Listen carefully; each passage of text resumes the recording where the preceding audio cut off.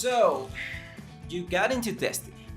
That's okay, that's fine, not judging. Maybe your friends convinced you to play it, or you just wanted to try out that game everyone tells you it's dead.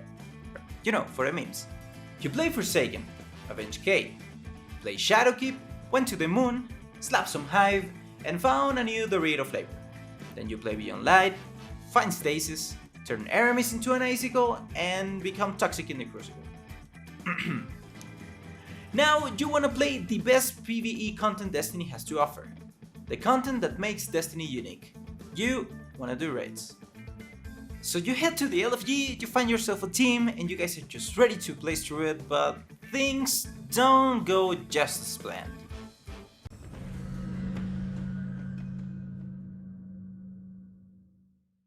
So what if you got kicked? Don't worry, that happens to the best of us.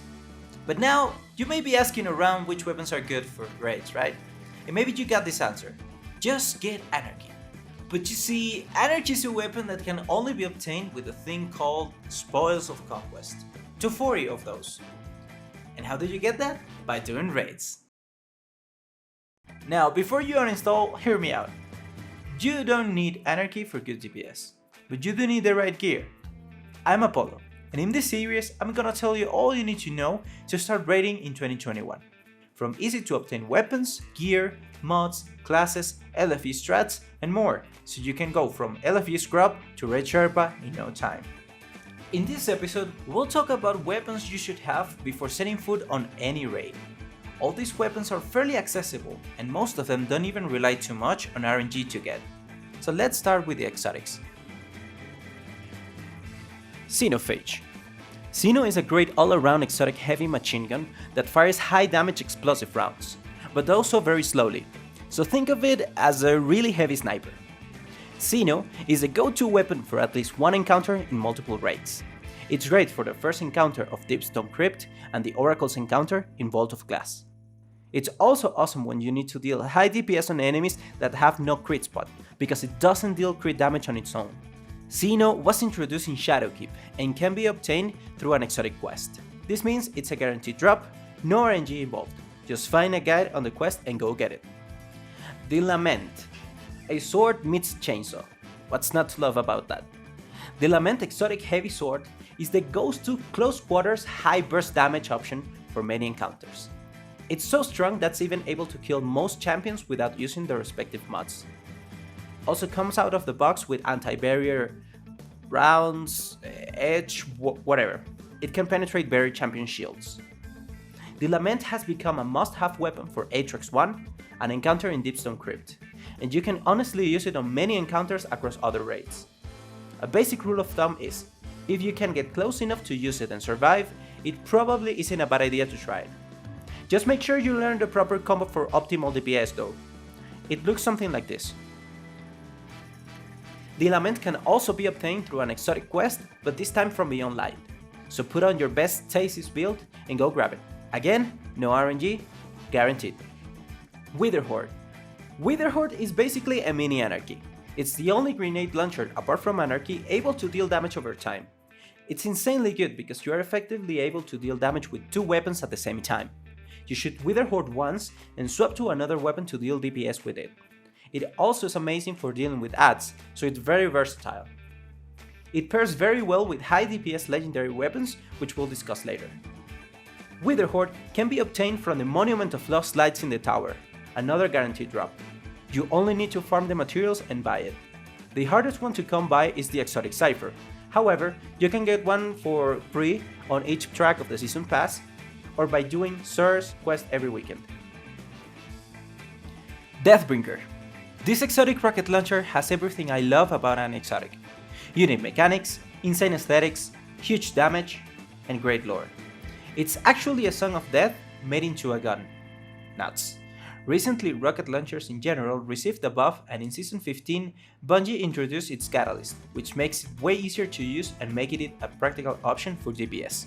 It is one of, if not the best DPS weapon in the entire game when used correctly, and more so when pairing it with reload speed buffs.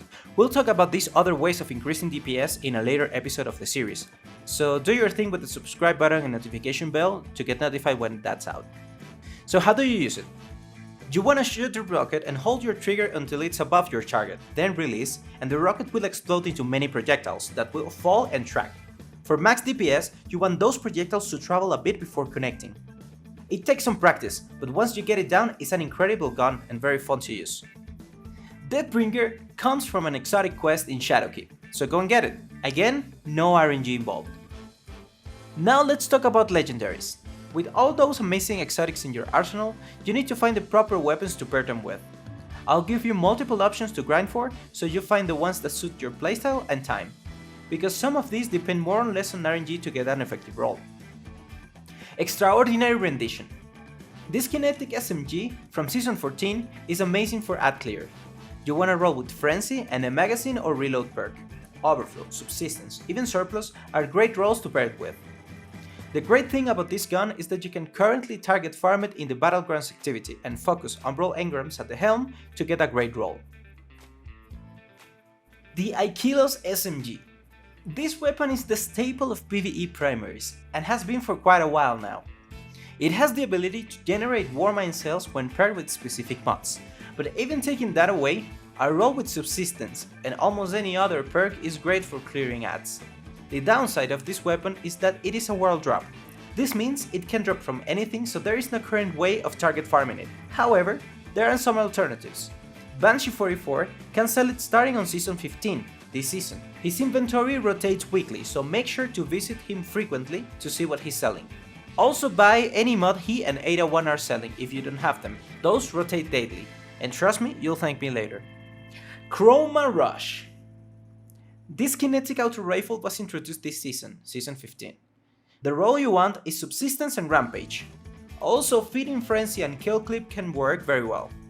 This one you can currently target farm, so hop into Override, start grinding the crypted data and focus Umbral engrams to get it. Gnawing Hunger. The energy counterpart of Chroma Rush. This gun can also roll the Subsistence Rampage God roll, however, this is a world drop so it may be harder to get. Hungjury and Night Watch. You need at least one scout rifle in your arsenal for long range encounters, especially one that can roll with explosive payload. Night Watch can be obtained as a world drop, and Hungjury can be targeted by doing the Nightfall when it's the feature weapon of the week. You don't even have to do the hardest Nightfall to get it though. You get a chance on every level, with increasing drop rate as you raise the difficulty. Vouchsafe. My personal favorite scout rifle to date. It can also roll with explosive payload and goes into the energy slot. Can be farmed from Dreaming City activities like bounties, ascendant challenges and the Shattered Throne dungeon. An alternative to our previously mentioned kinetic scouts. There are many, and I mean many more primary weapons for raids, and part of the fun is to experiment and find the ones you like the most. If I didn't mention your favorite, tell me in the comments. Which primary weapons do you like using most? Have you already run a raid? Which ones did you use? Ignition Code. This grenade launcher is very unique. Currently, it's the only kinetic grenade launcher that can be used in high-level activities, and the only one that can roll with slide shot. Which means that you can shoot, slide, shoot again until you run out of ammo and never have to reload manually. It can also roll with blinding grenades, which makes it an amazing crowd control weapon, especially for harder content. If you see yourself having trouble dealing with waves of enemies, consider equipping one with blinding nades. My personal god roll will be blinding or spiked grenades with slide shot and vorpal weapon. That will be a combination for every occasion. As I said before, you can target farm this weapon exactly the same as with Chroma Rush. Salvo Your Salvo. This weapon can be obtained through its ritual quests, so it doesn't depend on RNG. It has the perk Chain Reaction that makes it great for ad clear, but you can also use it with Vorpal weapon for single target damage. Truth Teller and Empty Vessel. Either of these yells can work, and you can get some of the same perks that Salvo Your Salvo has, and some even better combinations. However, all these depend heavily on RNG. If you get Spike Grenades, Autoloading Holster and Vorpal Weapon on Empty Vessel, or Spike, Autoloading and Disruption Break on Truth Teller, congrats, you got great options. Blasphemer, or Blasphemer, or whatever. This lock shotgun doesn't have the best PvE roll, but makes it up in its accessibility, as it can be target farmed in the Altars of Sorrow public event on the moon. wait until it's the daily feature weapon and go grind it. If you get an assault mag plus 4 times the charm or Sarpus plus rampage and thresh, then you got yourself a good roll. The best kinetic slug shotgun that you can use for PvE is Heritage. However, as it comes from a raid, I'm taking it out of the list. First in last out and Sojourner's Tale. Any of these with auto-loading holster will do great. First in last out can roll the auto-loading Vorpal God roll, and Sojourners can roll auto-loading and Frenzy. First in last out is more consistent for boss DPS because of Vorpal weapon. However, it is a world drop, so no focus farm. Sojourners comes from Override and can be focused the same as Ignition Code or Chroma Rush, so getting a great roll is easier. No Composure, a very versatile weapon and a guaranteed drop through its ritual quest. Use it with high impact reserves for boss DPS and with Reservoir Burst for ad clear. I personally love the model and overall feel of the gun, and I find myself making excuses to use it whenever I can. Now that it's a valid DPS option for raid bosses, I'm starting to use it more often. Beloved, adored, a great sniper for both PvE and PvP, guaranteed through its ritual quest, and it can be used with Killing Wind and Snapshot for PvP and Triple Tap and Vorpal for PvE. It's a great option for boss damage when hitting the crit spot is possible. Alright, heavy weapons. As most of the exotics I talked about before are heavy weapons, I'll briefly mention a couple legendary options specifically for when pairing them with Witherhoard. Cold Duelo and Royal Entry. Both can roll with the Lasting Impression and auto-loading God roll. Cold Duelo can be target farm in Battlegrounds and by focusing Umbral engrams, and Royal Entry is a random drop from completing strikes. Royal Entry is superior as you get rocket tracking for free, but it's harder to get. Falling Guillotine. This sword it's basically a baby lament. It's great for DPS when you can get close to your target. It's perfect to pair it with Witherhoard. These are but a few options of weapons you can get to do well in raids, especially while farming for Anarchy, because yes, you still should farm for Anarchy. There are many more combinations that work, so tell me in the comments, which loadout you have successfully run raids with.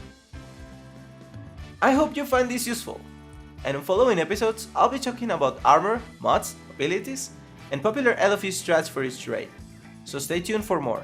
I'm Apollo, and I'm out.